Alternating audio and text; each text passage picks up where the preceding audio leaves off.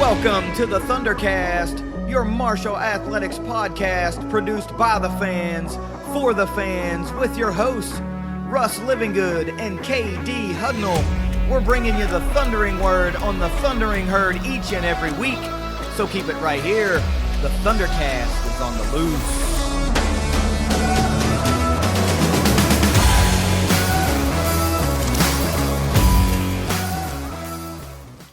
Thanks for downloading another episode of the ThunderCast. Russ, this will be the last episode before we crank out a Frisco Bowl preview.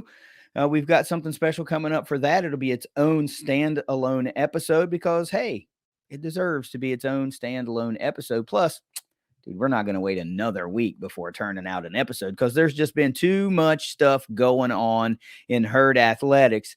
And quite honestly, if you stick around to the end of this one, I think you're going to be treated to something pretty cool too. But before the end of the episode, we got to get to the beginning and the middle of the episode, and that means a lot of killer info. So I'll tell you what, we've got a lot to cover as usual. This is that time of year where accolades and things just keep rolling in, and if you've been paying attention to herd social media over the past week or so, you've seen a lot of it across the entire athletic department. So let's get into it. But first, with a word from our sponsors at 304carwreck.com. If you've been hurt in a wreck, visit 304carwreck.com on the web or on Facebook. Jason and Matt are experienced injury lawyers in Huntington who practice throughout West Virginia, Ohio, and Kentucky. They can't protect you from bad drivers, but they will make sure you're treated fairly by the insurance companies. Find them at 304carwreck.com. Busy week. So I got a feeling that our pals at Ignite Link are once again going to get their money's worth with the things that herd fans need to know this week. So lay it on me. All right. So it is the 8 things every herd fan needs to know this week. As usual, brought to you by Ignite Link, the Tri-State's premier IT management team. Number 1, super cool news. Jaden Harrison has been named Walter Camp First Team All-American. He is the first for that particular award since Randy Moss in 1997. He was also named to the Football Writers Association First Team All-American team, 4th herd player to receive that, and CBS Sports First Team All-American. The last 2, I'm going by memory here, was Jonathan Goddard in 2004, in addition to Moss, and then there was someone else. Help me out. Vinny Curry, that's right, in 2011. So that is both for the CBS Sports and for the FWAA.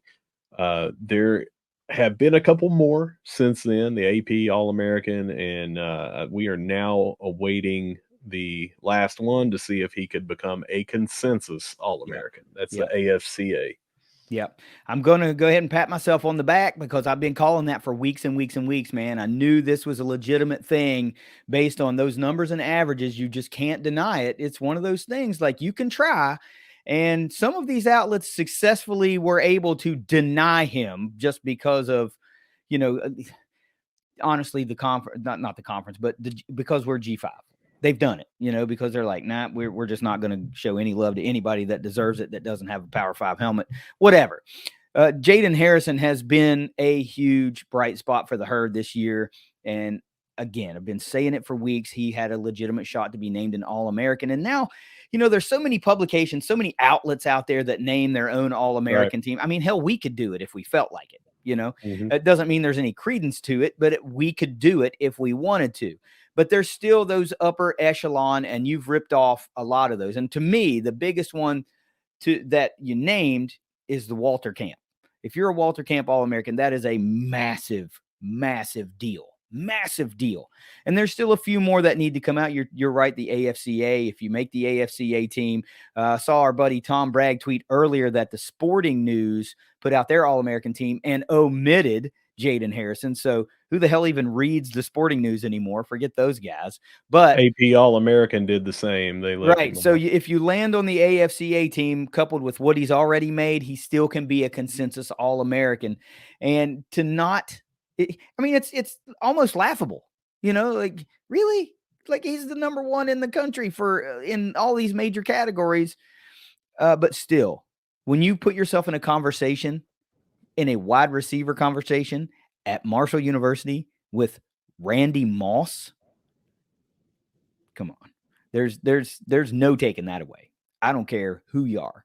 I actually don't care what school you play for, and I don't care what position you play. If you put yourself in a conversation with Randy Moss, you're doing something. And Jaden Harrison has done something really, really special. And of course, just from a herd standpoint, you put your name alongside guys like John Goddard, Vinny Curry. I mean, this is big time stuff. And when you talk about rarefied air, we're talking about 25 years, between Moss and now Jaden Harrison. Dude, this is probably the coolest feel good story of the entire football season. Absolutely the best feel good story. Jaden Harrison being named an All-American. I still contend that the Sun Belt needs to get off their asses and award a special teams player of the year. I don't know how that's not a thing, but it should be just moving forward, just because, hey, man, special teamers are weapons too, and they deserve kickers, punters. It doesn't matter. Return men. Yeah. There's all conference kickers, punters, and return players. So there should be an of the year as well. But dude, I am so thrilled for Jaden Harrison. Going to be a huge weapon for the herd in 24. Yeah, special teams is one of the three facets of the game, and it totally impacts the game. I mean, you're talking about a block kick can win, a field goal can win.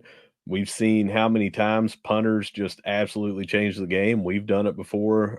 You're going to remember that game. Is it FAU that we had so many different punts that we pinned them back inside the 20 or the 10? It's been a long time, been close to a decade. Well, the game that I remember the most about that was a game against Southern Miss. And we kept them inside the 10 or maybe I inside think the that was it. something like 7 punts. And I'm going to give Yeah. a special shout out to a guy because this happened to be the game that I took my cousin to when he was coming out of high school, and it ended up like full on basically kind of recruiting him to Marshall. So special shout out to my cousin Larry. Everybody loves Larry Bear. So see you, buddy. Love you.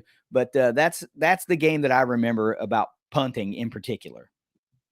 That's gotta be it. I mean, it was just a dominating performance. So, I mean, there's zero reason in my mind why Sun Belt Conference does not have a special teams player of the year, because someone was that much better than everyone else. So, all right, number 2, Matthew Bell, Morris Dugan, and Temu Okiyoshi are named to the United Soccer Coaches All-American list. Bell and Dugan were first team, and Okiyoshi was third team. Dude, I believe what I said, and this might have been on the heels of the commitment announcement, which we may or may not be a thing. I don't know. That we always are now reloading. But what I took it a step further is saying is like we're seeing a real-time dynasty, being built instead of thinking back. Man, that dynasty from herd soccer during the Grassy era was awesome. Like we don't have to wait 20 years to do that.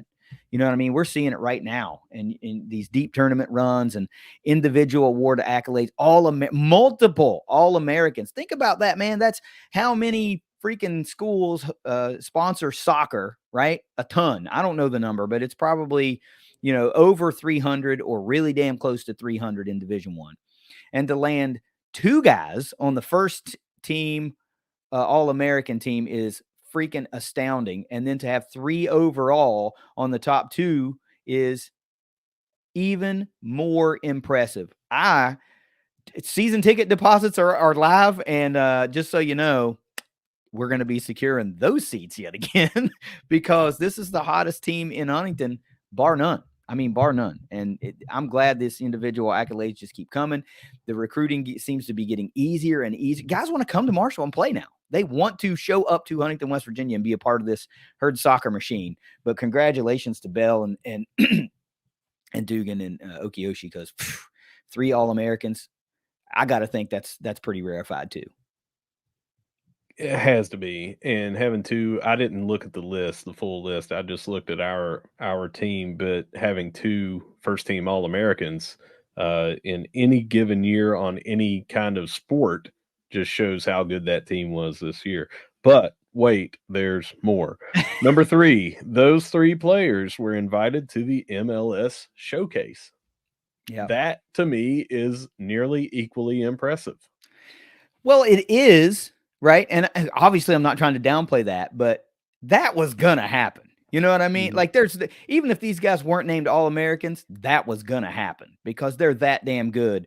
And you really hope that this is a selfish thing, right? You hope they go there and impress, but not enough to make them not want to come back one more year.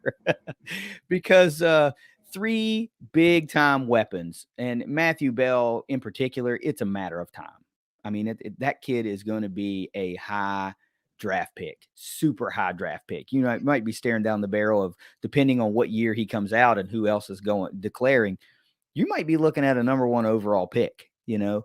And that is something we've had guys get drafted in leagues and things like that before, but think about that, man. Think about being able to say, check that one off the list, a first overall pick or a top 2 or 3 pick. I mean, we need number 10 back for another year. Obviously, selfishly, we want to see all those guys back because we've got unfinished business. I think they think maybe they have unfinished business. You know, they wanted to Yeah. put that second star up, you know, because then you get one, and that's awesome.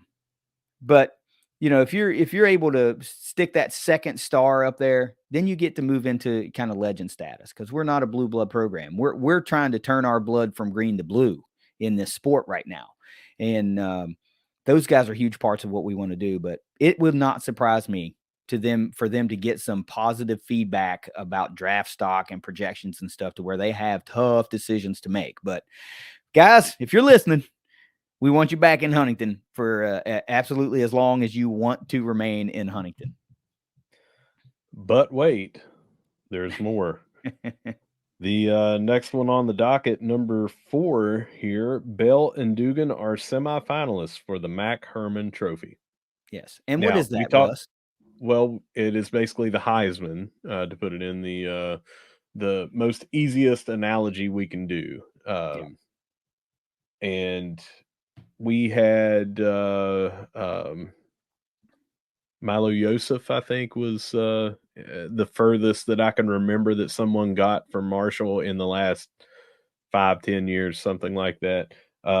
This is the semifinalist, and I think that is one step further, or maybe the exact same um, place that Yosef got. You can refresh my memory if you know better. Yeah, I don't know better, but the list was big. And of course, you're right. This is a semifinalist list, but you got to start connecting the dots, right? You got to think, okay, first team All American, that's got to count for something. So Dugan and Bell probably got good shots to get into that finalist category. I have no idea how many finalists they're going to whittle down to, right? But you would at least think you could see, you know, one of them making that finalist list. But the easiest way, like you said, most fans are going to equate it to they understand what the Heisman Yeah. is, and this is soccer's Heisman. And could you imagine if Marshall had two guys from the same team on a Heisman semifinalist list? The city of Huntington, the entire Sunbelt Conference would be ablaze with that news, right? So don't downplay it because it's quote just soccer. Forget that noise. This is a massive deal because we're put like it starts to feel like Milo Yosef walked so that Matthew Bell and Dugan could run, right? That's the good analogy. Like he had to come first and put Marshall on the map and being in that conversation for this award. Now these guys that are, you know, first team All-Americans, leading scorer, all-time leading assist leader at Marshall and Bell, leading scorer in the Sun Belt, all that kind of stuff, deep tourney runs. It feels like we're edging closer to being able to make a finalist list and then maybe even ultimately capture that trophy. And if that happens, Katie bar the door. Yeah, and just some more notes on this. This came out on the 6th, a week ago, and it was 15 finalists, and Dugan is listed on here as a senior. He's one of many seniors on here. There's a handful of juniors and even two grad fifth year players. But the lone person under a junior is Matthew Bell. He's a sophomore, of course, and he's listed on there. Now, later today, don't know what time, they will come out with finalist lists sometime tonight, I think. And you're going to get down to the three finalists. So, something to watch for probably by the time this show comes out, or this show may come out tomorrow, just depends. This news is something that you will want to check once it comes out. Yeah. Yeah. It'll be nice to see if they land, we get ourselves a finalist. I mean, because that's the type of thing that's easy graphics for the athletic department to pump out, easy, all that kind of stuff to just keep momentum around the soccer program. But dude, fingers crossed, we want to see something big. All right, number 5, football had its year-end banquet and awards, and here's the following awards that were presented. I'm going to go over the big ones first, and then we'll read off all the individuals. If you remember from last year, they put out a lot of awards at this. Owen Porter, overall MVP. Rasheen Ali, offensive MVP. Eli Neal, defensive MVP. Jaden Harrison, special teams MVP. And also, Red Dawson was presented the Distinguished Alumnus Award. All amazing and well deserved, right? And I really like how Red has been a focus of this team this year, and being, they say, never missed a practice. He was always there. All that, like, and that's not surprising to hear, right? It's not surprising to hear that Coach Dawson is always watching the herd. But it's really great that multiple times this season that he and his wife were just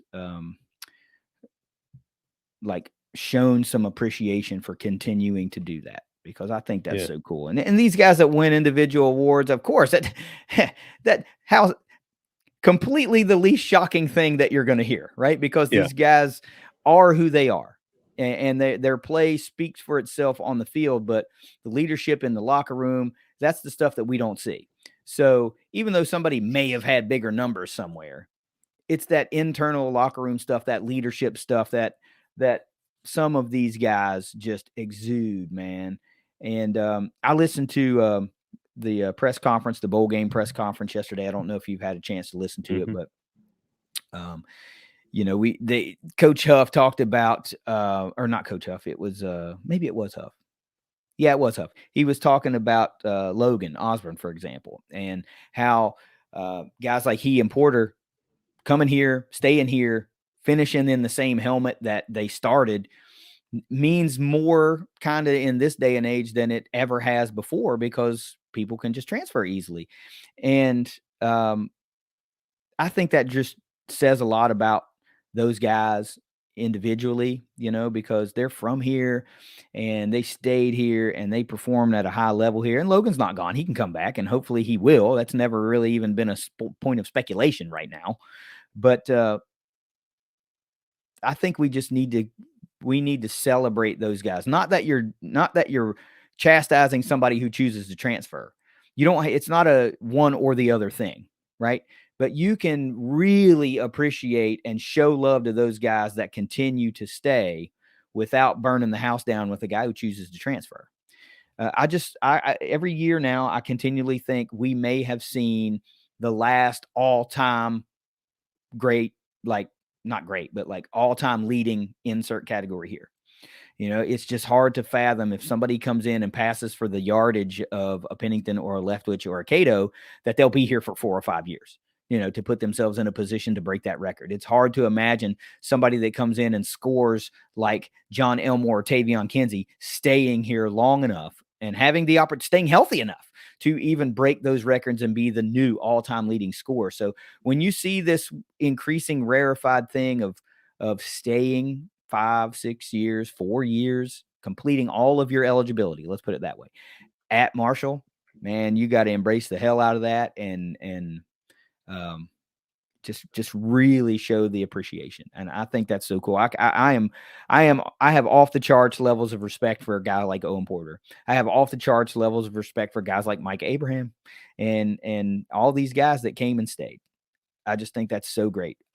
In the same conversation, do not fault anybody for choosing to transfer, but guys like Eli Neal came, stayed. Could have left, didn't. It's big time stuff to me. That's big time stuff to me. It is.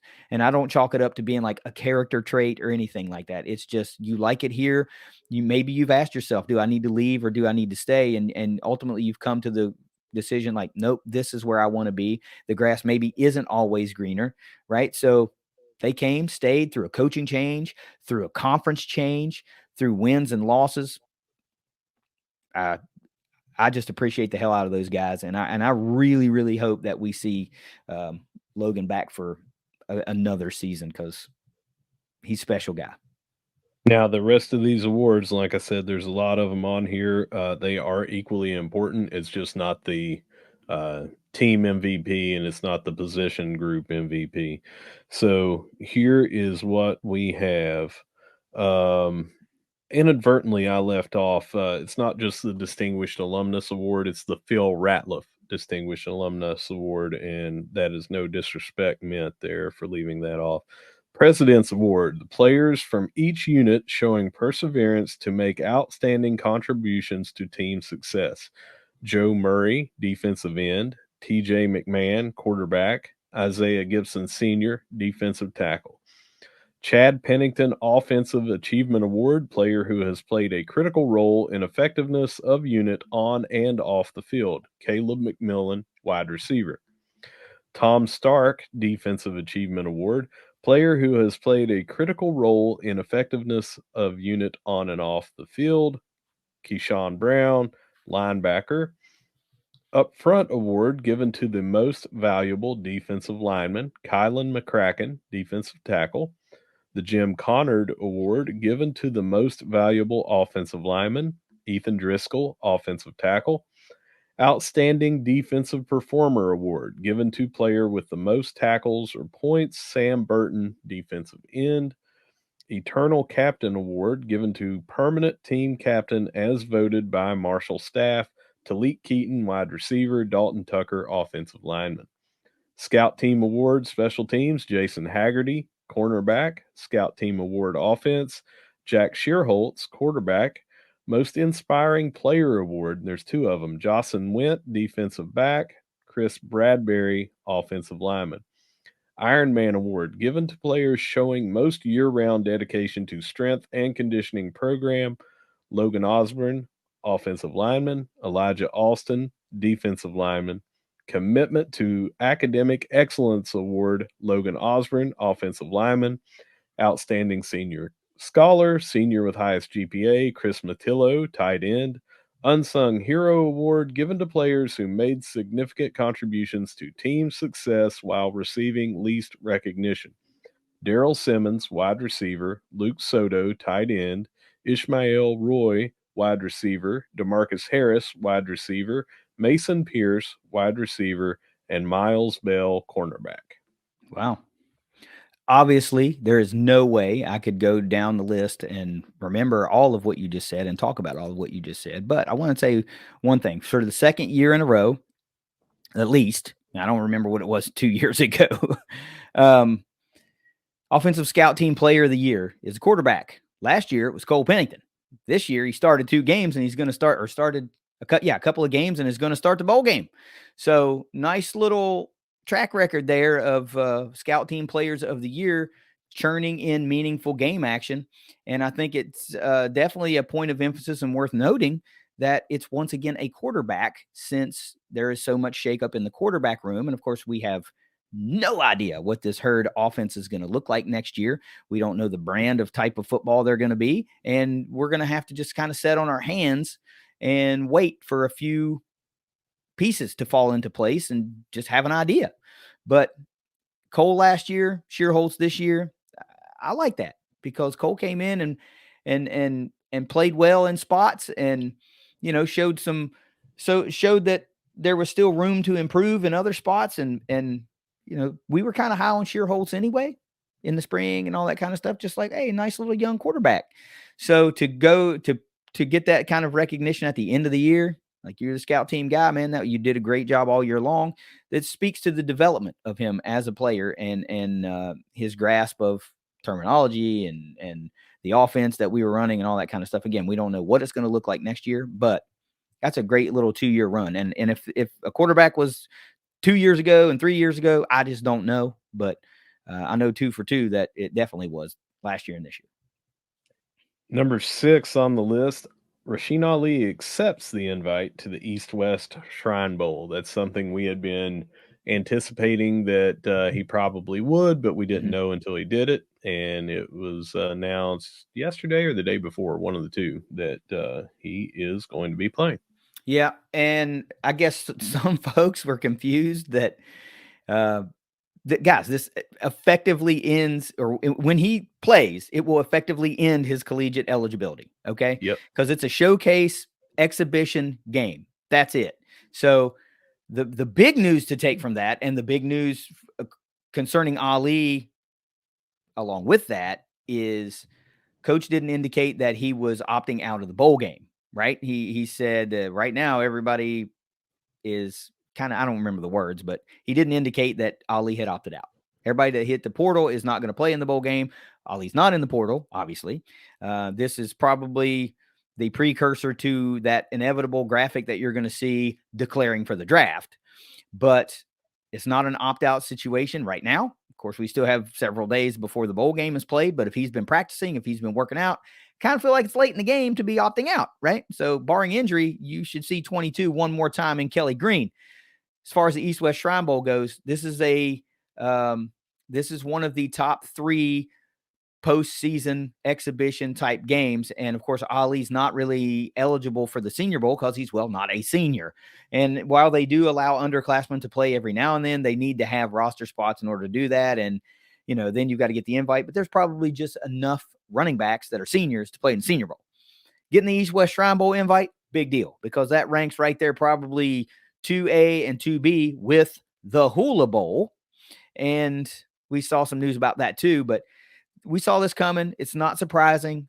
But at least as a Herd fan, by my powers of deduction, you're going to see 22 and Kelly Green one more time coming up on December 19th. And that is great. Relish it. Yeah, number 7, you just hinted at this, but Dalton Tucker will be playing in the Hula Bowl. Mm-hmm.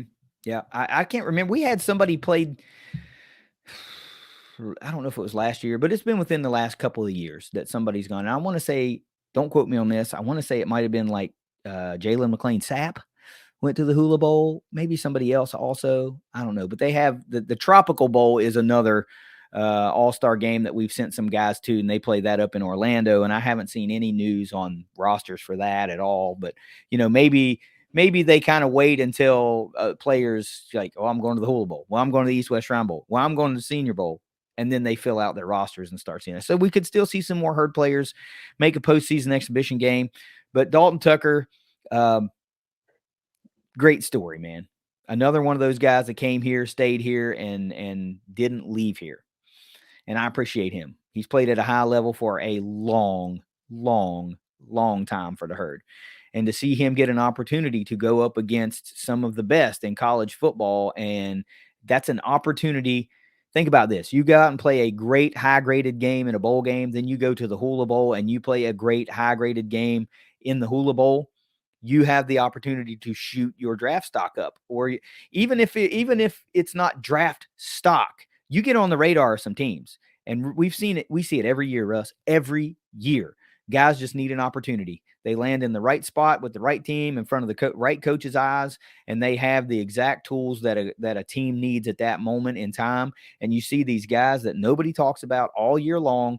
They make rosters. Then they become high performers. Then they become league leaders. Then they string together a decade-long NFL career just because they're so damn consistent. So it's all about opportunity. Now, what you do with that opportunity is kind of falls on you, obviously, but without the opportunity, you need more luck. You need far more luck. But I'm really pumped for Dalton Tucker. He's a great guy, does it the right way, and deserves to have an opportunity to showcase his skill set to maybe make a run at the next level.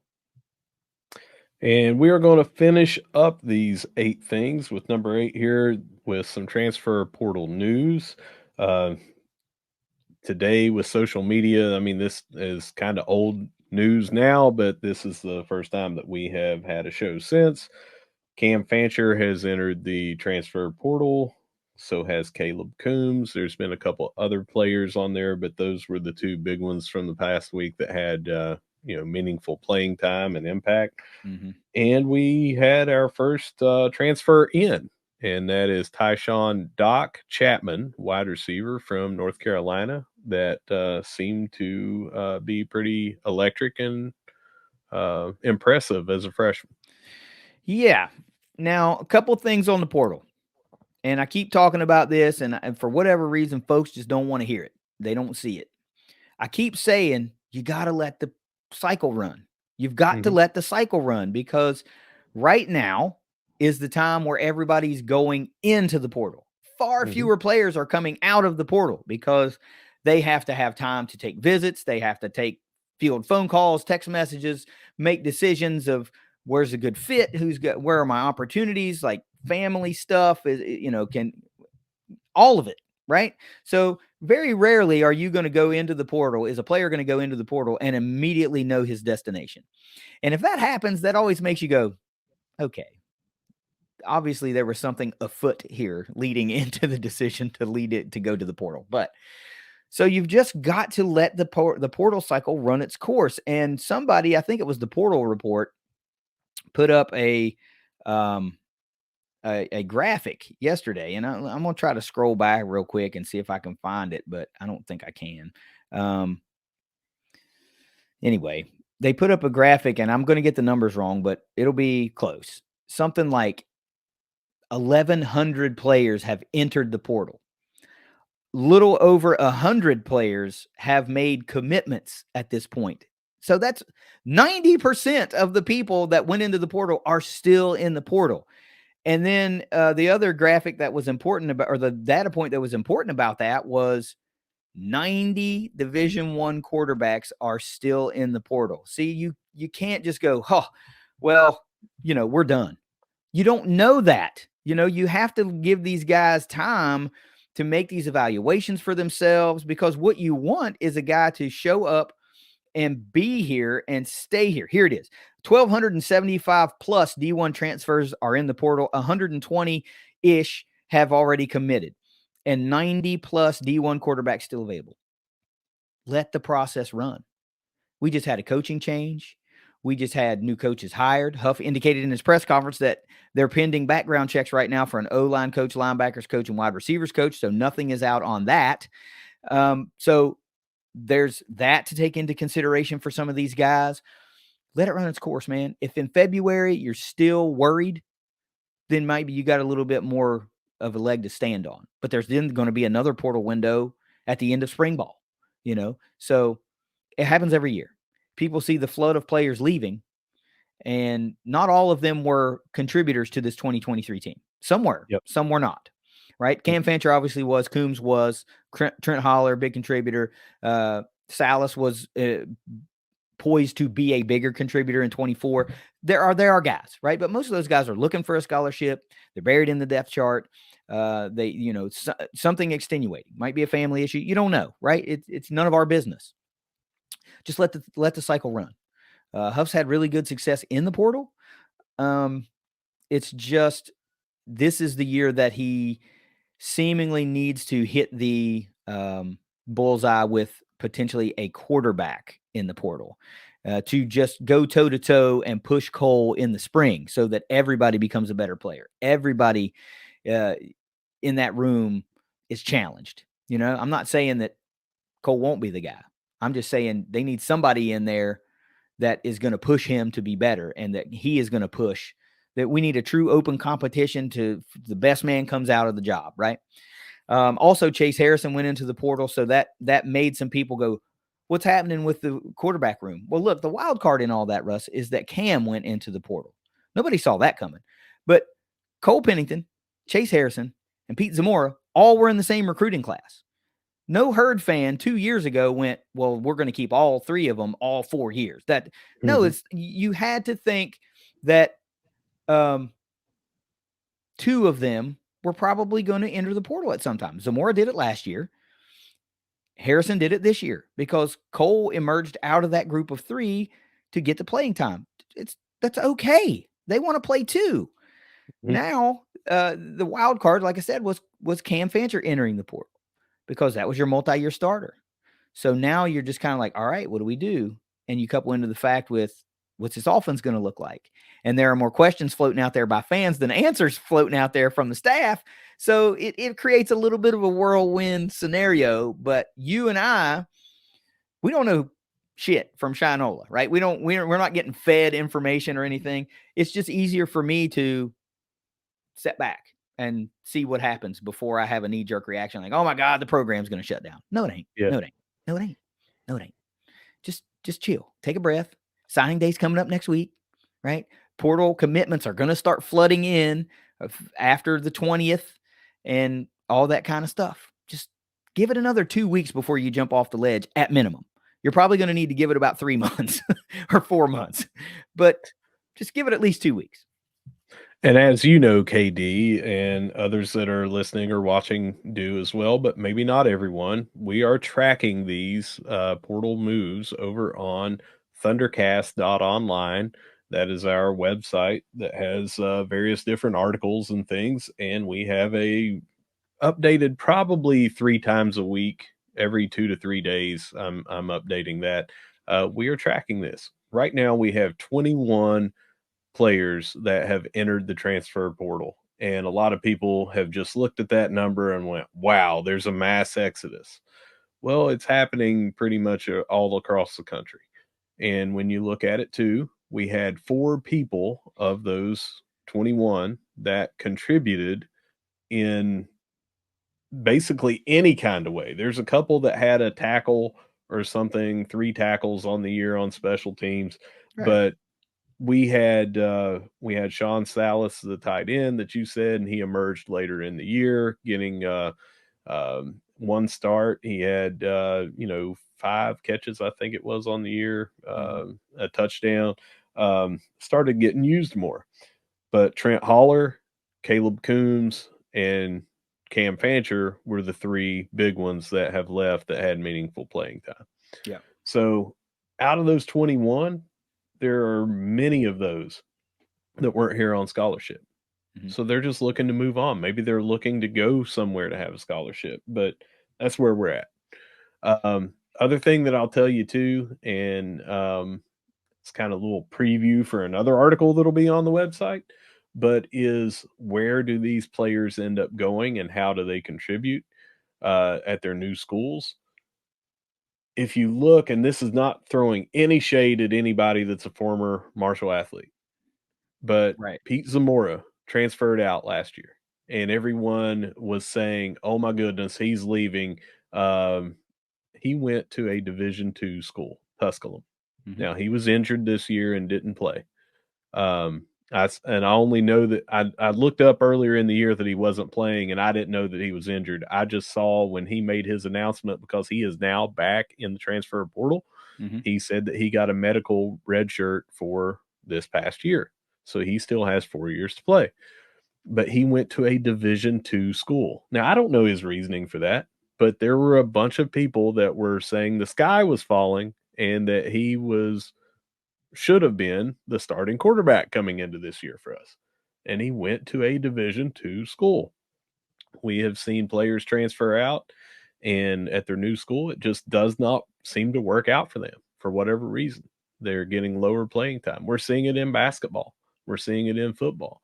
Um, there are plenty that are going to transfer out of here and do good things at other schools. I'm not saying they're not, but just keep in mind when you're throwing out the number that 21 uh, teams have, or 21 players have entered the transfer portal from our team.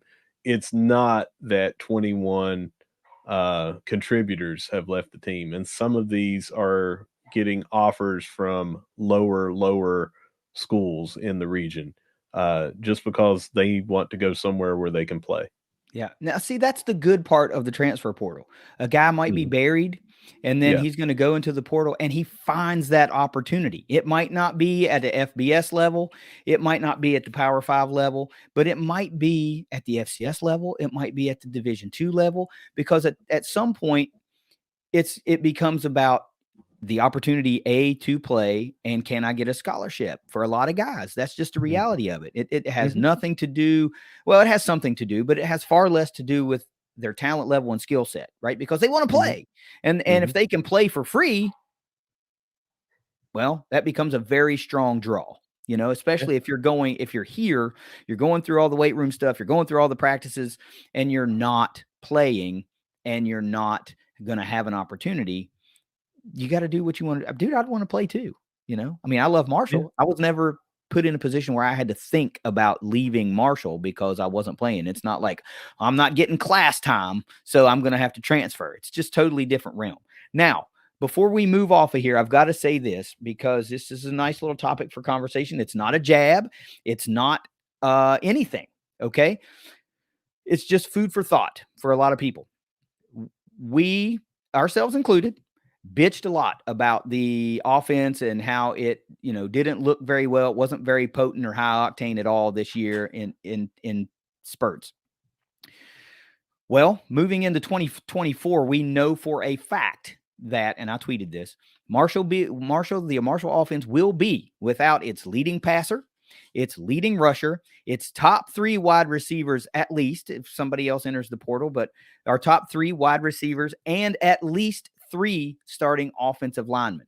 So it is a full-on, the term I used was redesign under head coach Charles Huff and new OC Seth Dagey for 2024. And that's a lot to replace, but we've seen teams be able to put it together in one portal cycle and one recruiting cycle with the right pieces, and it just clicks. Doesn't always happen, but it does happen. So for everybody that was, upset that our offense didn't look very good, it's not going to look at all the same next year. The pieces are going to be different. So Yeah. it's a great storyline to follow. That's what it is. It's not a slight. I'm not talking shit. It's just that's the fact. It's going to look different. So let's strap in and watch this recruiting cycle, portal cycle, because it's going to be pretty cool. Well, that is all I have for the 5, and this week it was 8 things, but as usual, brought to you by Ignite Link. That was a very good 8 things. I mean, at least we had some good conversation and stuff, but super cool. But let's roll it in and take it around the herd. All right, so we're going to take it around the herd, and I'm going to start off with track and field, where the Marshall opener was last Friday. The men and women picked up 12 individual victories in the first ever meet for the new director of track and field, Keith Roberts. Here's where we were at, and several of these people won more than one. Weight throw for the women's, Rebecca Merritt. We also finished second, third, and fifth. Oh, and sixth in that for the women. Pole vault, Diana Goodman won first. Long jump, Laura Check won first for the women. Shot put for the men, Anthony Dunbar. For the women, Rebecca Merritt. For the track events, let's see here. 60-meter hurdles for the women, Tyra Thomas came in first. 60 meters for the men, for the women, Kennedy Pedro. 400 meter for the women's, Nia Harrison. 600 meter for the women's, Astoria Beckett. 300 meters for the men's, Amir White. For the women, Marley Porter. 1,000 meters for the men's, Kazima Bowring came in first, and that is all 12. We had a lot of top 5 finishes. Yep. Very, very, very good first meet of the year. And again, it was right here at Marshall. Don't know how many times they've gotten to open their season here. but I do know that that was one of the things that they were looking forward to, of having a meet here and having it be in the opener. Yeah, and I tell you what it is number one, I don't know who all the participants were, but it doesn't matter. Having a event on your home turf does so much for the athletes because they have to travel so often to, just about every meet, if not sometimes every meet of a season is away from home. So being able Yeah. to practice or compete in your own facility where you practice and you know the conditions is just great. And we've continued to see strong showing from the pole vault. Pole vault U continues. Looks like Diana Goodman is picking up right where, well, actually she herself and Macy Majoy left off. Hurt has just been strong in the pole vault for a couple of years, and there was a name you tossed out, Russ, and I just want to put some Kennedy shine. Pedro. Just want to put some shine on that real quick. Yeah. Kennedy Pedro. Herd fans, yeah, it sounds familiar. It should. It should. Would you like to talk about that? Yeah, it's one of my favorite athletes at Marshall that I feel does not get the love that he deserves is Glenn Pedro, running back of the early '90s here at Marshall, and he just happened to be here kind of simultaneously, actually fraternity brother of and kind of mentor of the great Chris Parker. But he has 31 career touchdowns, I think is the number, and just kind of goes a little unsung. And he's a friend of the ThunderCast. He's been by the tailgate a little bit. He has a son as a wide receiver on the roster, Cam Pedro, and now his daughter, Kennedy Pedro, running track at Marshall. So I'm sure a proud papa, and we're proud for him. But great to have her on board. Yeah, and that's an era of herd fans. There's a lot of people that we've come across just in our travels with the Thundercast and interactions with people that say Glenn Pedro is my favorite all-time herd player, right? Yeah. So I'm betting that now those same fans, they knew Cam was probably on the football roster, but they probably didn't know Kennedy was on the track and field roster. And now if you didn't have a favorite track and field athlete, you probably do now. So it's just so cool, man. We love it when the bloodlines from our former players and our greats continue to come to Huntington and compete. I mean, we're seeing that with a lot of players, right? We've got Pennington here. We've got Jaden Yates is on the football team, son of Max Yates. The Pedro kids are here, and we're recruiting. Remember, Mhm. there's some football athletes out there, and that we are recruiting that are second generation herd players if they commit here or if they sign here. They've committed, but if they sign. So it's a really cool time, for especially guys and gals of our age that watch the dads compete. And now we're in a position to where we could possibly see the sons and daughters compete for the next 2, 3, 4, maybe 5 years. It's so cool, man. That's such a cool thing. Yeah, and he probably would say different, but I think Glenn Pedro could still suit up and put up some yards. He's still put together pretty good. He might give you those. I'm not as good as I once was, but I'm as good once as I ever was. That kind of thing. I think he's got a full series in him. He's got an Yeah, offensive series left. he's got a 4.0 yard per carry drive still left in him. I feel it. I feel that. All right, swimming and diving. We've talked about all the accolades and accomplishments that they've been doing there. Next meet is at FIU, and that will be on Friday. Men's soccer, you had briefly hinted at this, but we picked up a commitment from Adrian Mahoney. So, as you said, the reload is in full force. We had brought in the transfer that we talked about last week, and here's the commitment here that was also a pretty big commit. Yeah. So we bring in the American Athletic Conference's leading scorer from a year Mhm. ago, and now you augment that with another weapon. And I wish it was easier to get info on a lot of these guys from soccer like it is in football, but that's Right. just the nature of the beast of how important football is in America.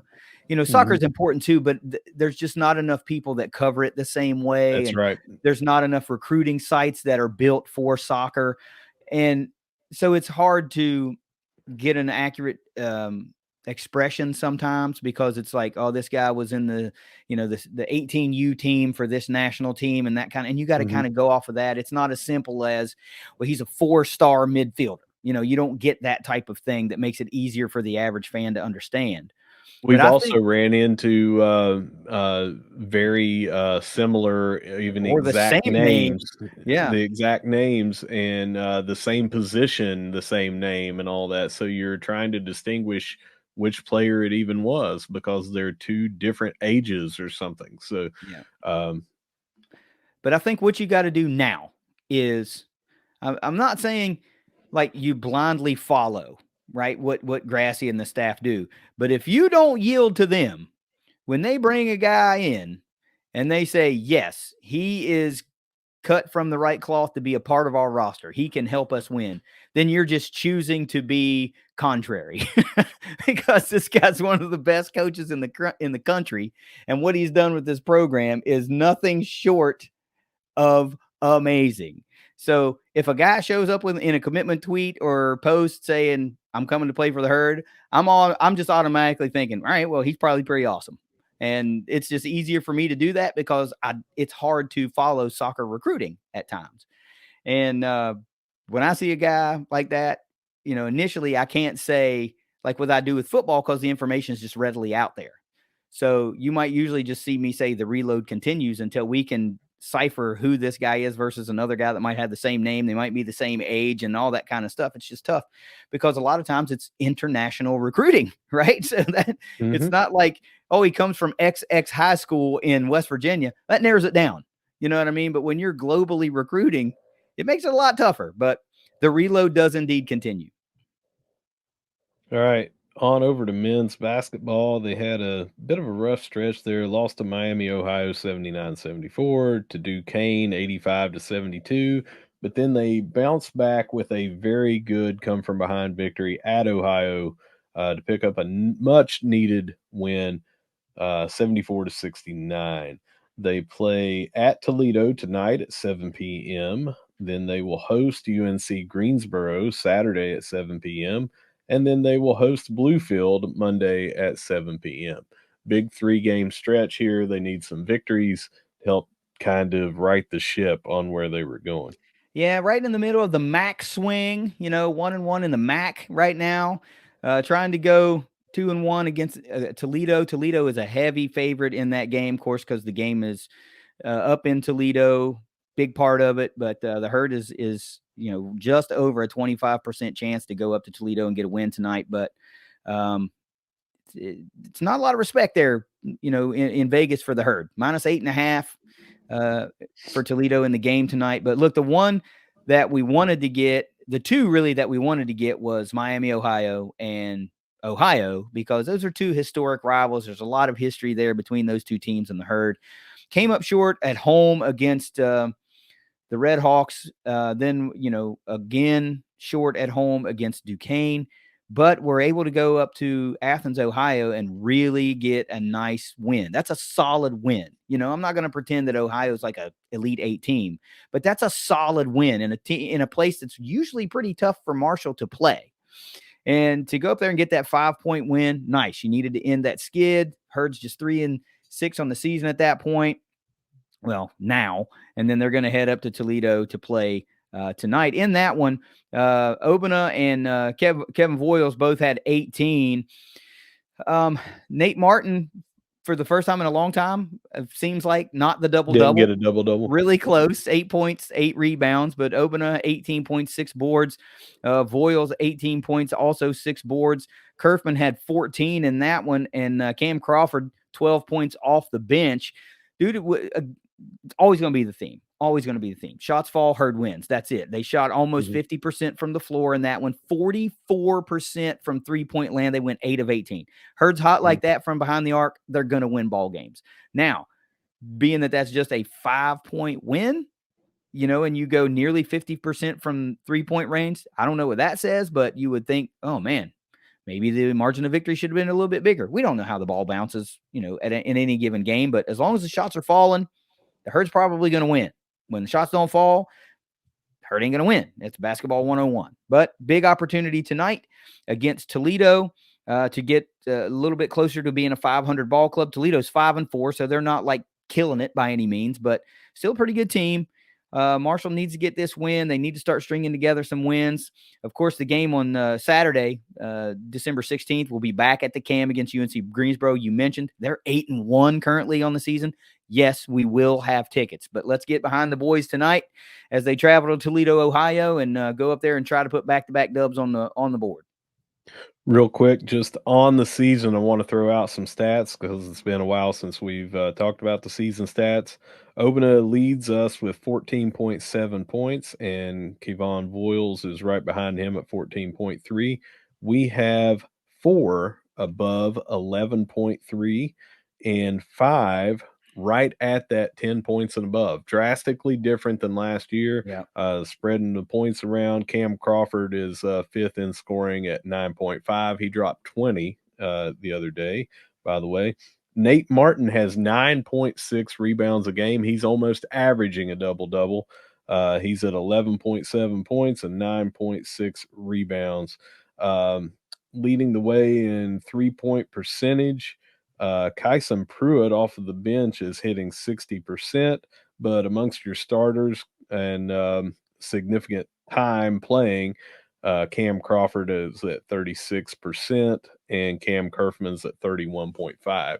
So only bring that up is because Kerfman has historically been closer to that 40%. So when those start dropping at that rate, you're talking about adding another maybe 9 points a game coming in if a couple of more of those shots, just 3 more shots, and that's enough to win some of these close games. So now I'm not saying Kerfman's getting ready to start scoring 9 more a game. I mean, the team overall, 9 Right, more a game. right. But it's just a big difference, right? Because last year it was all about Tavion Kinsey. It was all Yeah. about Andy Taylor and the Yeah. defensive presence down low with Hen Logden and Obina, right? Mhm. And the bulk of the scoring, both of those guys were 20-point-a-game scorers, and now it's more of a by committee. And we Yep. knew that is what it was going to be. We knew that's what it was going to be. So all that means to me is more guys have to stay hot. Because if you're relying on more guys to put up your point production, then more guys have to hit more shots. That's it. The good side about that is when you don't rely on 2 guys to do the bulk of your score and one guy has an off night, you still have a pretty good chance to win a game or at least stay in it and see what happens at the end. But it's a different makeup. We knew it was going to be. And there's a lot of growing pains. It's not great, not sugarcoating it. I mean, this team is struggling. They are struggling to find an identity and figure out what they're going to be. And it's a little frustrating, and it's causing some rumbles to go, through the fan base as one would expect. But, every game is an opportunity to get it right or get it right-er. And, non-conference season is about to wrap up, and then the games really, really, really count. All right, so we're going to finish around the herd with the women basketball team. They crushed Salem 115-56. I think everyone kind of saw that coming. It's just 2 different levels.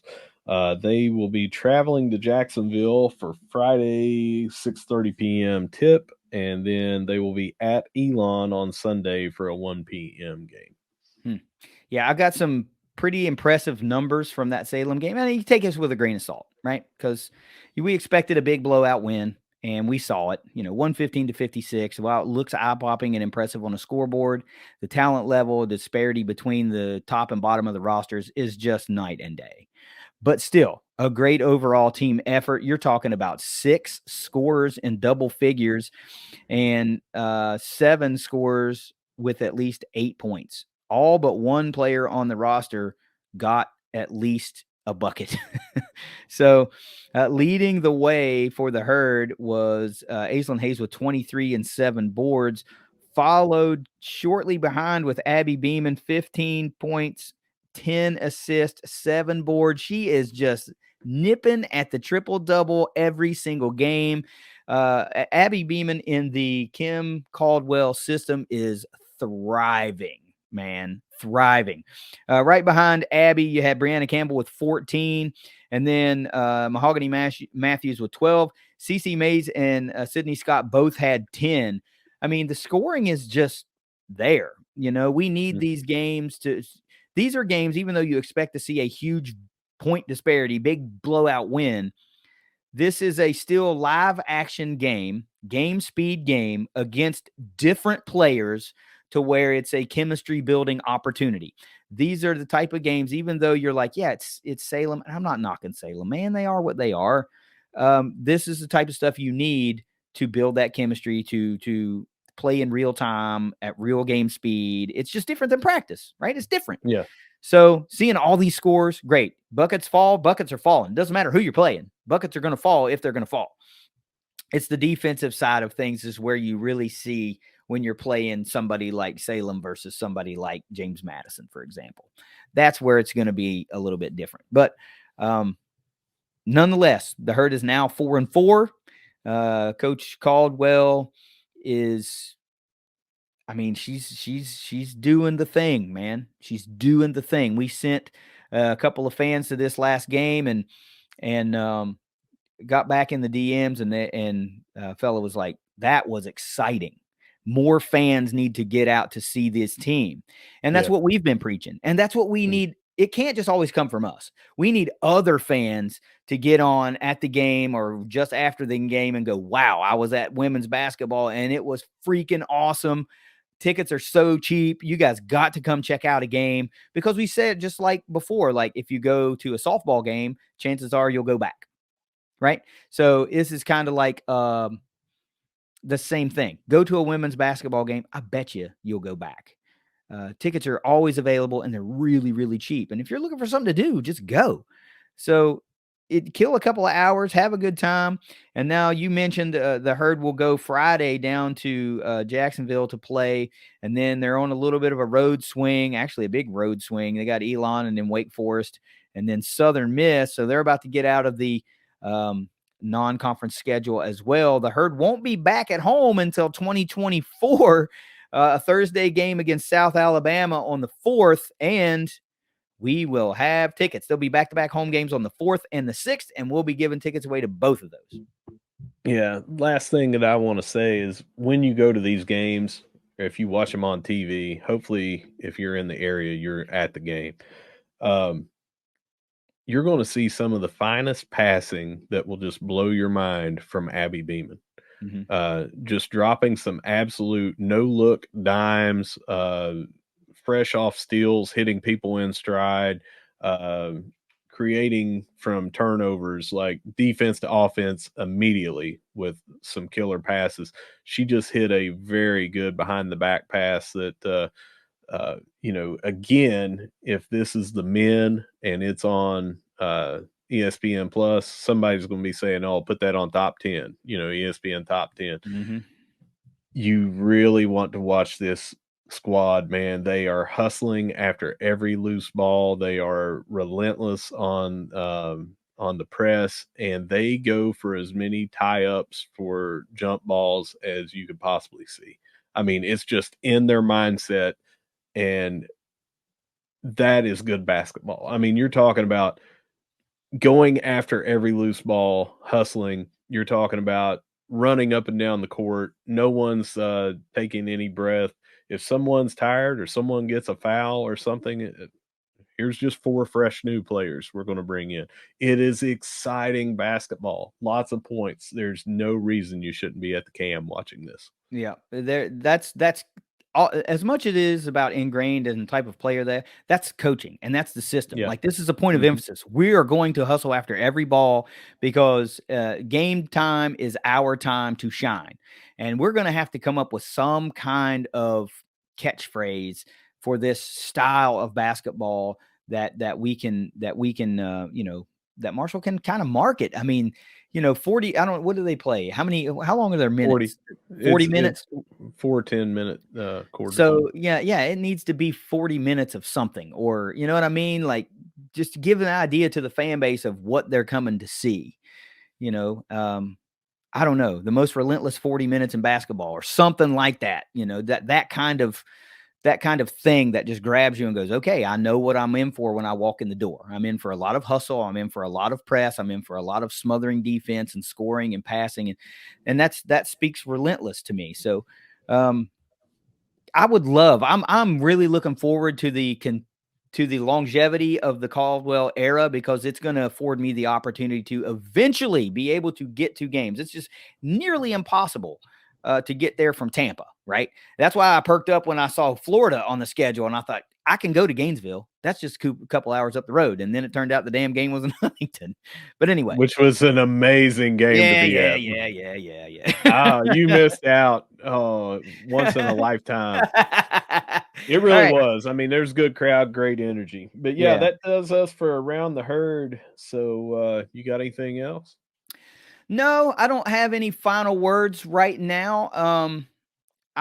We're gonna have to switch it up here. I know Russ has to take off, um, but we've got something else that's going to come on the other side of this break. But Russ is going to bow out, and I hate to do this, but I think I'm going to have to take us out at the end of it all because, on the other side of this break, we've got a little bit more. So hang with us. It's the ThunderCast.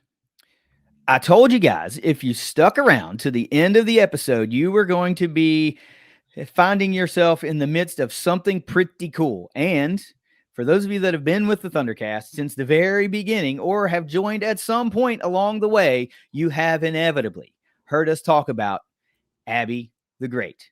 Cross country, track and field, the greatest, Abby Herring. And look, now I've got her live with me, and we're going to talk to Abby for a little bit, but I got to say, it's been a long time coming. We've followed your career since we started the show, which is edging closer to 2 years now.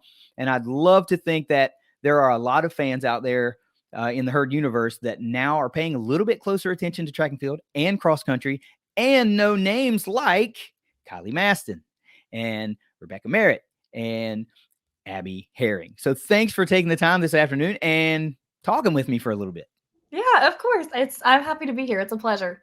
Good. Well, let's talk about it all. Okay. But I guess the first thing is, before we can even talk about time at Marshall and what's accomplished, what you have accomplished and what is still yet to accomplish, I guess. How in the world do you evolve into running? Like, when did that start for you? Was it a youth thing, or was it like, I thought I'd give it a go in junior high or middle school or high school? Yeah, so I started running track in 7th grade. Before then, previously, I had tried out a whole bunch of different sports. I had swam, I had danced, I had played tennis, and I wasn't really ever good at anything. I don't have good hand-eye coordination. I'm super clumsy. So all these sports, nothing really came easily to me. And so I kind of just did it for like a social thing. All my friends are running track, and so I was like, well, I'll do this too. Just another way to meet more people and hang out with my friends. And this is kind of funny. I had trained with the track team, and we really didn't even run outside. We kind of just like ran around the hallways around my middle school.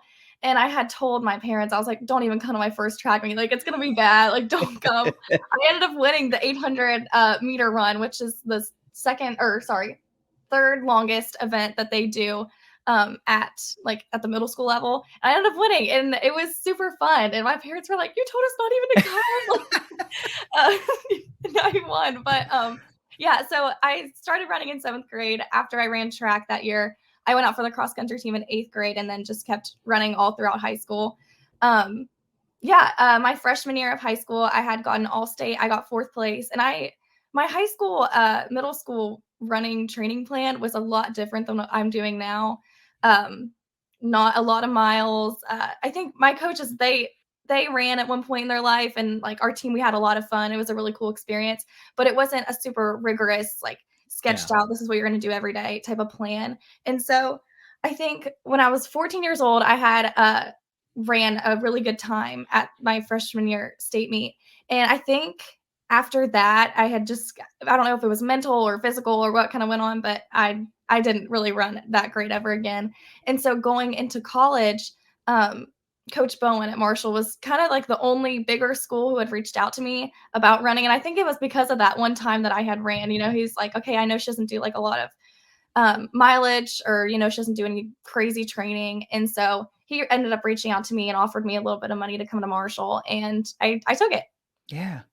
Well, I was about to ask, I want to ask when did it hit you that, you said, wow, I ran really well early, and then I really couldn't replicate that. So was it did it not? Well, let me figure out how I want to say this. Was You're it not good. until Coach Bowen reached out that you thought, okay, maybe I do have a future in this? Was your plans like, all right, I'll do this in high school and then that'll kind of be it? Yeah, so I think whenever I was a senior in high school, Coach Bowen was one of the first coaches to reach out to me. He was the only D1 coach, and then there was a couple of D2 schools also in there. Um, but I mean, even then, I was an in-state school. Before then, I hadn't even really thought about running in college. I was just gonna go to WVU and study whatever I wanted and just, kind of retire running. But I came on my visit and I was like, well, this could be kind of fun. Going into college, having another team, another way to make friends, I guess you could Yeah. say. Yeah. You come here and you already have your people. But yeah, even then, I guess I came on the visit and I was like, okay, like this could be cool. And I ended up signing a couple months later with Marshall. But before he had reached out to me, I guess I really hadn't thought about continuing at the next level. So I have to jump the gun a little bit. You didn't, but I have to know because I know it was this way when I came out of high school too. It was like the pipeline of a lot of my friends in high school, they went to Morgantown, and there were only 2 or 3 of us that went to Huntington. And I'm really glad that I went to Huntington. It turned into being the place that I needed it to be for me.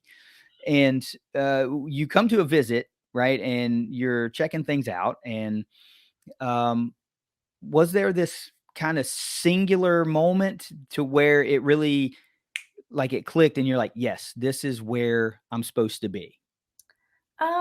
I don't know if there was a singular moment, but I absolutely loved the community here. Like we went to Hall of Fame for dinner and everything was decked out in Marshall. You'd be walking around like Pullman area and like everything was just Marshall themed. I was like, wow, that's super cool. The community is super, like they're just all invested in this university.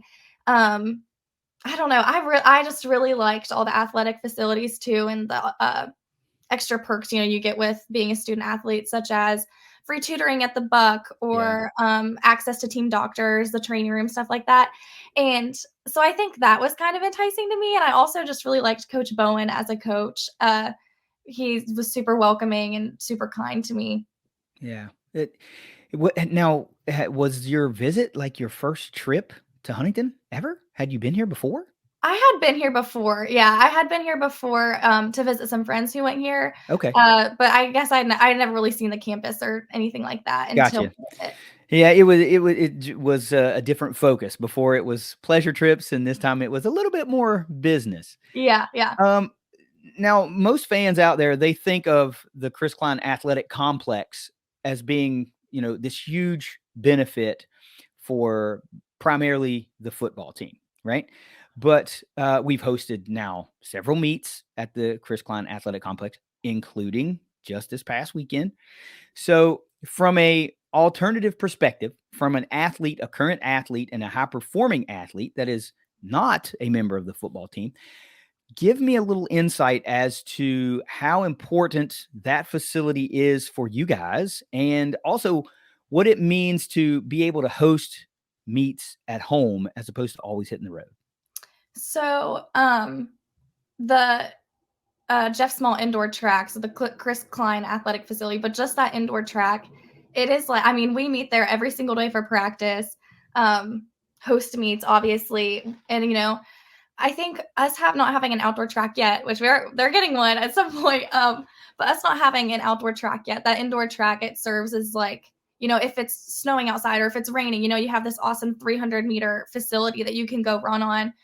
We do all of our workouts there. We do our strength circuits on the turf, where the football team practices. And so that track to us it's a lot more than just like a 300-meter loop. We have all of our practices there, all of our strengthening stuff. I mean, just going for the whole facility, the athletic training staff is awesome. You have the Buck upstairs where there's access to tutors and our advisors, tons of computers, study rooms, stuff like that. Yeah, that facility, it's awesome. I feel like that's the heart of our athletic department right there. Yeah. Also hosting meets there is super fun. It is cool to get on the road and see new towns and cities and stuff. However, not all of our families and friends and professors, teammates. I student taught last year. I had some of my students come and watch races at the track. You don't get that whenever you travel, 8 hours to Birmingham, Alabama. So being able to host our own meets is really cool too. Yeah, but it's also the little things like getting to sleep in your own bed and Yeah, using exactly. your own shower. Yeah. These are things that anybody that travels for a living can attest to. Like, man, it's just good to be at home and crash on my own couch for a little bit. Yeah, I So agree. I can dig that as well. Now let me dig into your mind a little bit, okay? Because this is always one of the most intriguing things to me when I talk to athletes and former athletes is the mental preparation and what it means to you, like how your process works as you get prepared. And I'm not talking about your training regimen. I'm talking about we're through that and it's competition day. Do you find yourself like highly focused and like locked into what you're about to do? Or is it one of these scenarios where it's like, my mind goes blank because I know I'm about to do something that I really, really enjoy. And it's more of a stress reliever than a focus thing. Where does it fall for you? I would say somewhere in between. You could ask anyone on the team. I am like the most lighthearted when it comes to race day because I think if I were to find myself in a position where I'm just so focused in on what I'm about to do and like it's stressing me out, like I've I've been around people who get so into it that they they end up psyching themselves out so much that the race comes and they don't perform well. I'm somewhere in the middle about like I don't completely zone out and I'm like, oh, I'm so excited to be in pain for 20 minutes, but yeah, I'm somewhere in between of being lighthearted about it and trusting that the work that I have put in it's going to pay off. I've been hitting certain times in workouts that I know like is going to translate over to this time in a race. So I trust my coach and my training and stuff going into it. And so I just kind of, I don't know. I have a very lighthearted approach to it. My friend, Kylie Maston, she, I think, used to be the opposite of it. And then we started rooming together at meets. She's like, I don't think I can ever go to a meet without you anymore. So keep my mind off the race. So is the possibility there that a venture into coaching might appear at some point? Maybe. I don't know. I mean, I want to teach, so I'll be in the school systems. And so maybe like a little middle school, high school cross country coach gig. Nothing. I don't think anything higher than that though. Never know, right? We're just You gonna never know. we're gonna leave the door cracked open for right now because you're still very young and life takes many turns and you never know. The itch just may never go away, and you think Marshall was really good to me, and now all of a sudden at X point in the future they need a track and field coach or cross country coach, and I think I'd like to throw my name in the hat. Yeah. What's the best part of competing for you? The best part of competing, I would say the team atmosphere. So I always like talking about the DMR because that's like my favorite thing I've done at Marshall. It's at their indoor conference meet. I've done it 2 years, and the 2 years I've done, we've been on the podium. So the order is a 1200 first, and then the 1200 passes off to the 400, 400 passes off to the 800, 800 passes off to the mile. So it's just like a mesh of a whole bunch of distance events / sprints, and competing to me is more like it's not about the actual race or what's leading up to it. It's about like the after you'd already done it, and it's like celebrating with your team, I think, is the best part about it for me. Let me try to pass this quiz because I am not a track and field aficionado, right? I appreciate what you folks do because I cannot do it, and I Yeah. think it's just really cool. DMR, let me guess. Okay. Distance medley relay. Yes, you got it. See, I still got a little bit of knowledge kicking around back there in my noggin. Yeah. I think it's impossible to talk to Abby Herring without talking about records because, geez, you have set, reset, and own a lot of them. And before I even talk about any of them, which, by the way, I have them all in front of me, do you care about them? Do you pay attention to them? And when you're not lying to me when you say no, you don't care about them, how cool is it to know you have a lot of them? I mean, I do care about them. I think that's something super cool. I came Yeah. here and, got so much better since high school. So that is something that's super cool. And it's awesome that I do have so many. But I'm not the type of person. It's, if someone were to come and break a record of mine, I would be happy for them. Sure. Yeah. I worked hard for him, and I know another person who comes in the future, it's going to be broken eventually. And I know that they would have put in the same work as well.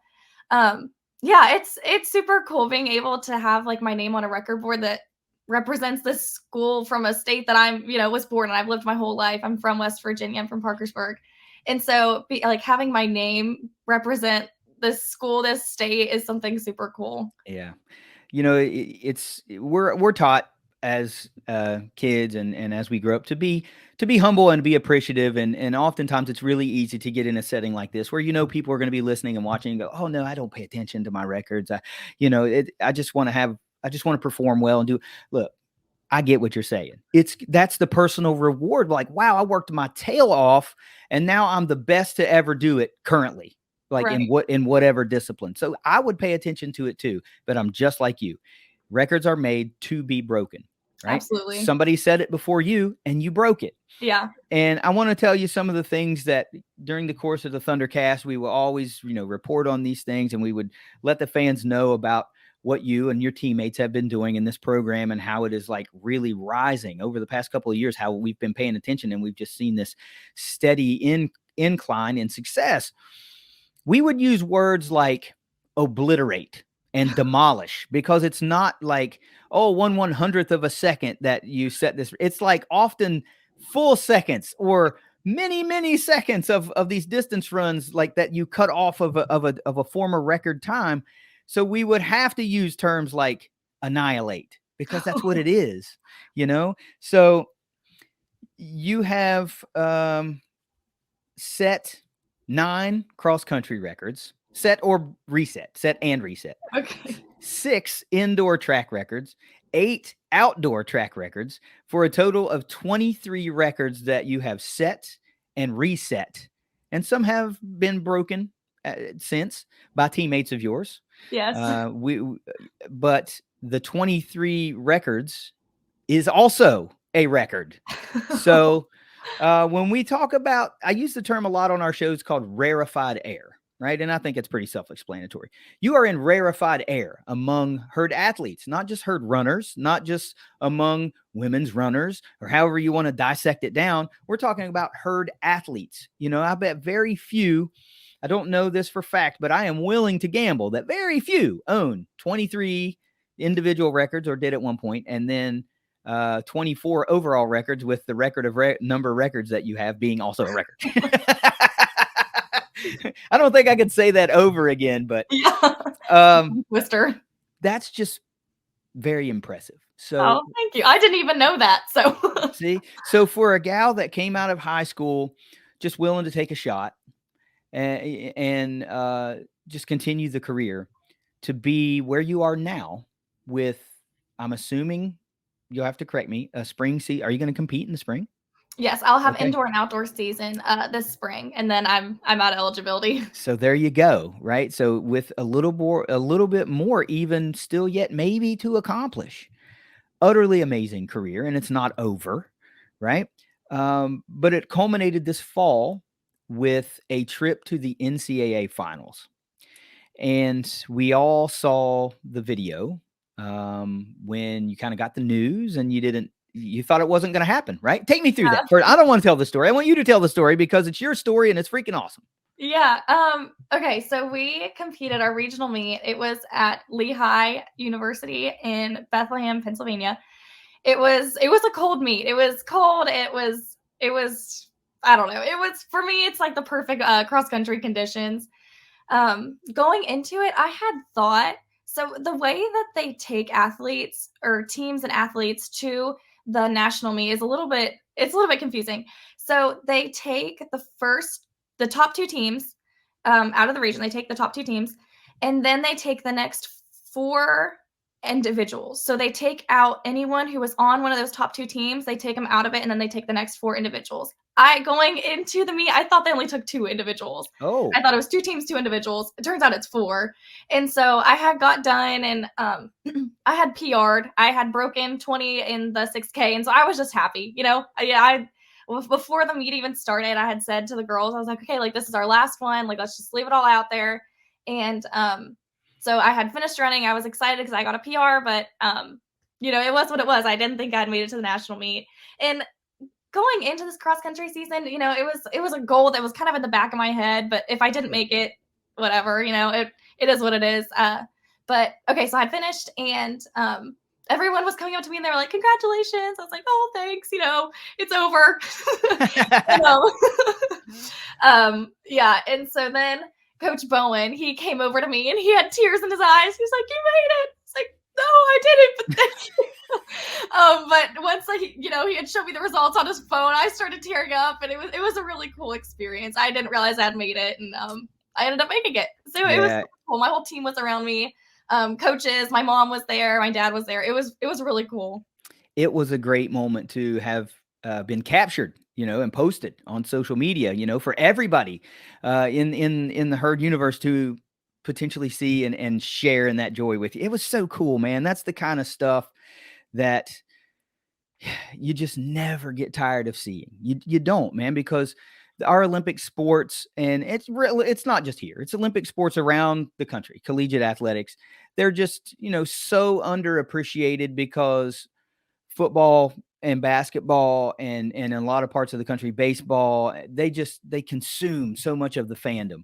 So when we see these things, it's just so great, man, because you guys work just as hard. You carry a class load that's just as heavy, and you do the same traveling. You have treatments, you have, workouts, everything. You do everything exactly the same as these other sports that, drive the revenue bus. Right. And it's just so fulfilling when we get to share those moments as fans with you guys, because we're not there. Right. We talked about this a little bit before we hit record. Cross country is such a different animal because there's no stadium you're going to. There's no crowd. You're kind of just running. You're in the wild. Abby Herring in the wild running. So it's a different type of animal. There's no huge spectator base for that because you can't buy a ticket to a game and sit in your seat and see a lot of the action. Like if I went to a cross country meet, I'd be like, here comes Abby and there goes Abby, and that's my viewing of the meet. Exactly. So, it's just it's such a cool thing. Let me ask you this: what would you say is your favorite distance? What is your bread and butter? Is it that 6K? I would say so. I think it's the 6K. The 5K and the 6K, there is a difference. I think I'm better at the 6K than the 5K, even though it's just a K longer. I ran the 10K, so going into track, I guess, switching from cross to track, cross country 6K is my favorite. Track, I tested out the 10K once last year, so that's 25 laps around a 400-meter track. I kind of enjoyed it. So hopefully I'll get in a couple more of those distances this year and see how that goes. But yeah, I would say the longer stuff is more of my bread and butter per se. So distance was, well, you told me you won your first competition way back in middle school, and that wasn't what I would consider a sprint. Yeah. So distance has always just been the favorite. You were naturally drawn to distance. Yeah, I had tried out for my elementary school track team, and I think they had us doing like sprints, maybe running like a 50-meter dash, and I got cut from the team in elementary school. So I don't think the sprints is my best event. All right, fair enough. So back and forth between this 5K and this 6K, just a little quiz. Since Okay. I've got the numbers, I might as well quiz you.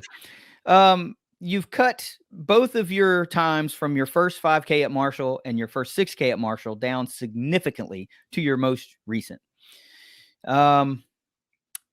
Which would you say you cut the most time off of? Oh, wow. I'm not even sure what my first 5K and first 6K was at Marshall. I'm going to say the 6K just because it's longer. Okay. Your first 6K at Marshall was 22 minutes, 14 seconds. And your current is 19:52 for what is that? About 2 minutes and 22 seconds Oh, off. that's crazy. 5K. First one at Marshall was 19 minutes, 20 seconds. Most current, 16 minutes, 49 seconds for a total of 2 minutes, 31 seconds cut off. So the 5K, you've actually gotten faster than the 6K wow. over the course of your career. I got to tell you, this has been really, really cool to talk about this kind of stuff because I never ran track. I never did. Probably should have at some point, but I didn't. When you are training, when you are practicing, are you a music or no music? Ooh, that's a controversial question. So practice, no music, because there's other girls around, you're chatting, having conversation. Now on my solo runs, sorry. So over winter break, I am a music person. When Okay. it's just me, I don't have it on right now, but I have a Garmin 245 music, and it's so convenient. You don't have to have your phone with you or anything. You just hook your headphones up to it and there's music already downloaded to your watch. So it's pretty convenient. I have a Yeah. music on solo runs, but when I'm with people, I enjoy conversation. Okay. So fair enough. I get that. The big part of sports is the social aspect. And you just said that's a big reason of why you started running to begin with. Yeah. So that now begs the question, what's on the playlist? What's What on is the the playlist? oh hell yeah. Ooh. What the people inquiring minds want to know, right? If I want to run like Abby Herring, I got to be listening to what Abby Herring's listening to, obviously. So what's on the playlist? Okay. This is gonna be a lot of Taylor Swift, a lot of Olivia I don't know Rodrigo. why, but I figured I was going to be there. Yeah. Taylor Swift, Olivia Rodrigo. For more chill runs, I'll throw in some camp songs. Yeah, maybe some Rainbow Kitten Surprise in there. Yeah, I mean, I'm going to be honest with you. I was with you up until like the third, fourth one.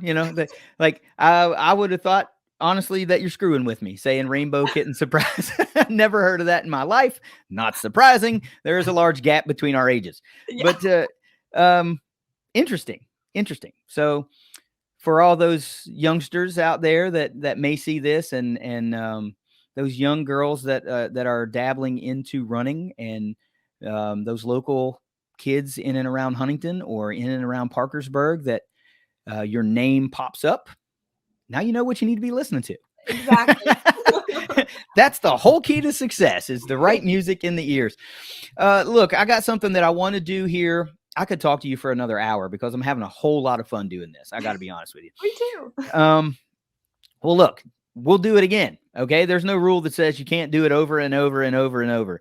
And I found that the more of our athletes that I interview, a lot of them have done media before, right? But I ain't media. We ain't media. We're just fans talking to our athletes. Well, they come to find out that they really like doing this kind of stuff because it's kind of, you can be a little bit more candid and you can open up a little bit. And so we're always up for talking to our athletes. And I should tell you this, you have an open invite anytime you want, right? You don't ever have to wait for us to say, hey, you want to come back on? We say that.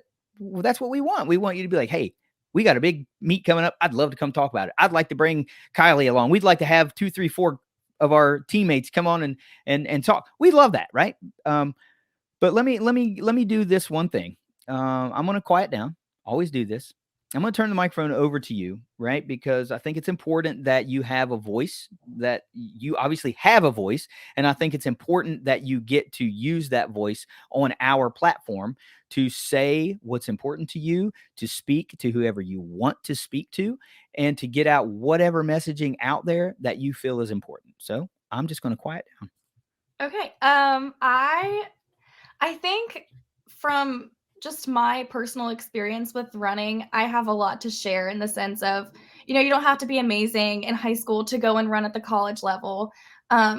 Also, if you aren't hitting like those times that, you've always dreamed of hitting when you're younger, and just know that like there is better things to come, find a coach who knows you and that you trust and can make a awesome training plan for you. And yeah, I hope that my story is a way just to show, younger girls or, guys even, that it's possible to go to the next level, even if you haven't been super successful in the past.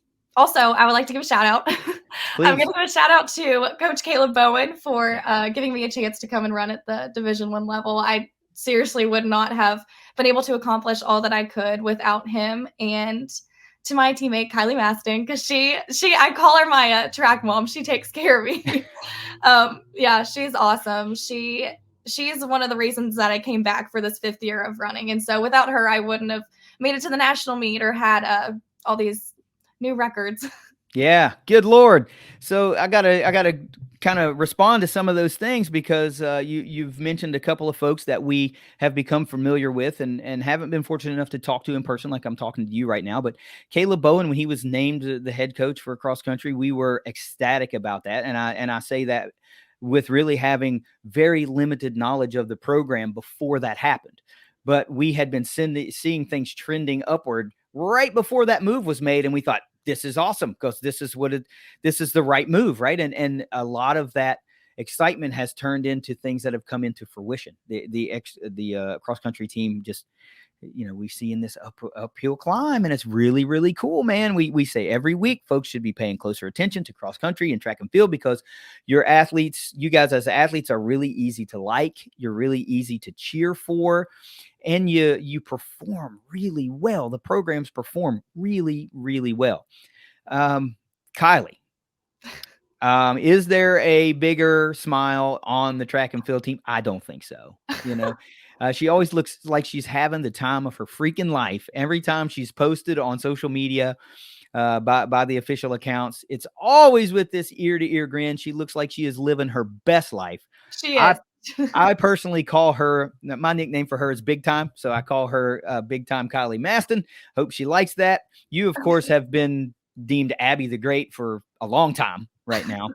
And that's just, that's my personal thank you for being so likable, so impressive as an athlete, both of you and many of your other teammates that we just not mentioned here. You've just been really, really easy to cheer for. And thanks. I'm really thrilled to. Little side note: you mentioned that you were a student teacher last year.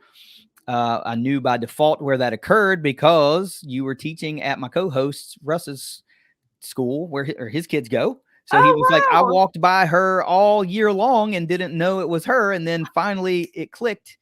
And so, he was like, I could have gotten to know her over the last year and told her, how we are following cross country and following track, and that there are fans out there and in the herd universe that actually know and actually care. But yeah, that's so cool. I didn't know that. I know it's just ships passing in the night, man. We didn't know and you didn't know, and now here we are. So is it elementary education is the focus? That's the passion? Yes, it is. So I got my bachelor's. I graduated last spring with my bachelor's in elementary education. I did my student teaching in a 2nd grade classroom. Absolutely fell in love with it. That school that I was at, the teachers, the students, the staff, like they're all just so amazing. My mentor teacher also played a big role in that. She was awesome. But 2nd grade, I think, was my favorite classroom I've been in so far, that age group. But now I'm getting my master's in literacy education. So with that, I can get my certificate to be a literacy specialist. So I could pull students out who are struggling with reading. So you want to take a more individualized approach to education? That's the ultimate thing? Yes. So that with the literacy specialist certificate, I guess you could say, I definitely want to start off being just like the general teacher. And then, a couple years down the road, I might find that I want to do something else. That's just kind of like on the back burner. Well, hey, a dream without a plan is just an idea, right? Yeah. It's until you put a plan in motion.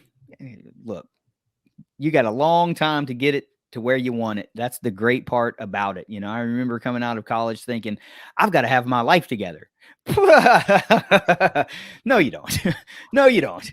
You've got a lot of time to figure things out. You've got a lot of time to try things and have them work out or not work out and pivot and do something different. It seems like you don't, but you really do. So I have no doubt that you will be ultimately successful in whatever avenue you choose to partake. I gotta embarrass you one more time Oh, I no. hope I haven't done that too many times. But I got to embarrass you because Russ and I have talked about this a number of times on the show, and I alluded to this a little bit before. We think that you are absolutely going to be one day a Herd Hall of Famer. And whether that happens or doesn't, I'm not trying to put any pressure on any committees because that's far down the road, right? But coming out of high school, beginning college, freshman Abby Herring, dealing with the transition of high school to college and all the new and all of that stuff.